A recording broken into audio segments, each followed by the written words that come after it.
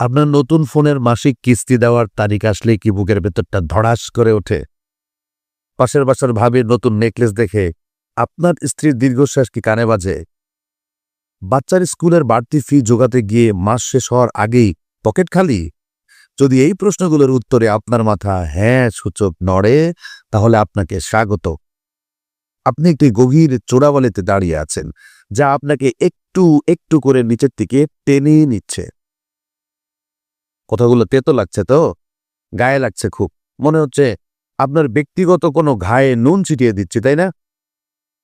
দেন, যত খুশি গালি দেন, সমস্যা নাই। আপনার সব রাগ মাথা পেতে নিচ্ছি। কিন্তু একটা অনুরোধ, শেষ পর্যন্ত একটু শুনবেন। যদি আপনার সাজানো গোছানো ভালো থাকার মিথ্যে দেওয়ালটা একটুও না কাঁপে, তাহলে বুঝবেন আমার চেষ্টাটা আসলে ব্যর্থ। আমরা আসলে একটা অদ্ভুত সমাজে বসবাস করি, যেখানে নিজের সামর্থ্যের চেয়ে অন্যের চোখে বড় লোক সাজার অভিনয় করতেই আমরা বেশি ভালোবাসি। আমরা এমন এক প্রতিযোগিতায় নেমেছি যেখানে জেতার কোনো পুরস্কার নেই, আছে শুধু ঋণের বোঝা আর দীর্ঘশ্বাস। আমার এই কথাগুলো কোনো অর্থনীতিবিদের কঠিন আলোচনা না। এটা আমাদের মধ্যবিত্ত সমাজের সেই ভয়ঙ্কর অসুখের এক্স-রে প্লট, যার নাম ধার করে স্ট্যাটাস বজায় রাখা। আচ্ছা, কখনো ঠান্ডা মাথায় একটু ভেবে দেখেছেন আমাদের আসলে আসল প্রয়োজন কতটুকু?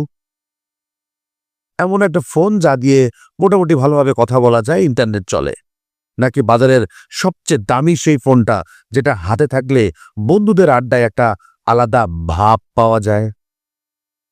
এই অসুখের জীবাণু আমাদের মাথায় ঢুকিয়ে দিয়েছে মূলত সোশ্যাল মিডিয়া আর আমাদের চারপাশের মানুষ। ফেসবুক, ইনস্টাগ্রাম খুললেই দেখবেন কেউ দামি রেস্তোরাঁয় খাচ্ছে, কেউ বিদেশে ঘুরতে গেছে, কেউ নতুন গাড়ি কিনে ছবি পোস্ট করছে। এই যে ঝলমলে ছবিগুলো দেখতে দেখতে আমাদের অবচেতন মনে একটা হীনমন্যতা তৈরি হয়। ইস, আমাদের মনে হতে থাকে, আরে সবাই কত আনন্দে আছে, আমি কি শুধু পিছিয়ে পড়লাম? এই যে পিছিয়ে পড়ার ভয় থেকে শুরু হয় এক অন্ধ দৌড়। অমুকের ছেলে দামি স্কুলে পড়ে, আমার ছেলেকেও সেখানে পড়াতে হবে। দরকার হলে লোন নেব। অমুকের বউ প্রতি ঈদে নতুন ডিজাইনের শাড়ি কেনে, আমার বউকে এর চেয়েও ভালোটা কিনে দিতে হবে। আরে ক্রেডিট কার্ড তো আছেই। এই দেখাতে হবের নেশাটা আসলে যে কোনো মাদকের চেয়েও ভয়ঙ্কর।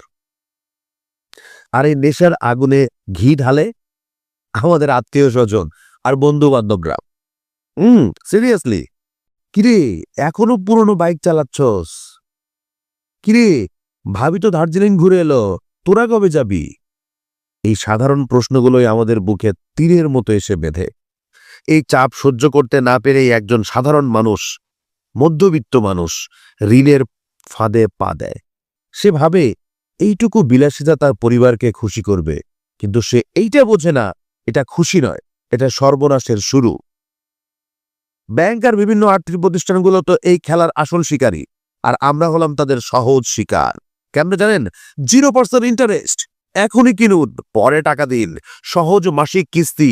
এই কথাগুলো হলো মাছ ধরার টোপ। আমরা ভাবি মাসে মাত্র কয়েক হাজার টাকাই তো, এটা দেওয়াই যায়। এটাই সবচেয়ে বড় ভুল। আপনি যখন পকেট থেকে একবারে অনেকগুলো টাকা দিয়ে কিছু কেনেন, তখন আপনার মনে একটা কষ্ট হয়। এই কষ্টটা আপনাকে অপ্রয়োজনীয় খরচ থেকে বাঁচায়, কিন্তু এই মাসিক কিস্তি এই কষ্টের অনুভূতিটাকে মেরে ফেলে। এটা একটা মিষ্টি বিষের মতো, জাস্ট লাইক চিনি, যা আমাদেরকে আসলে আনন্দের সাথে গ্রহণ করে।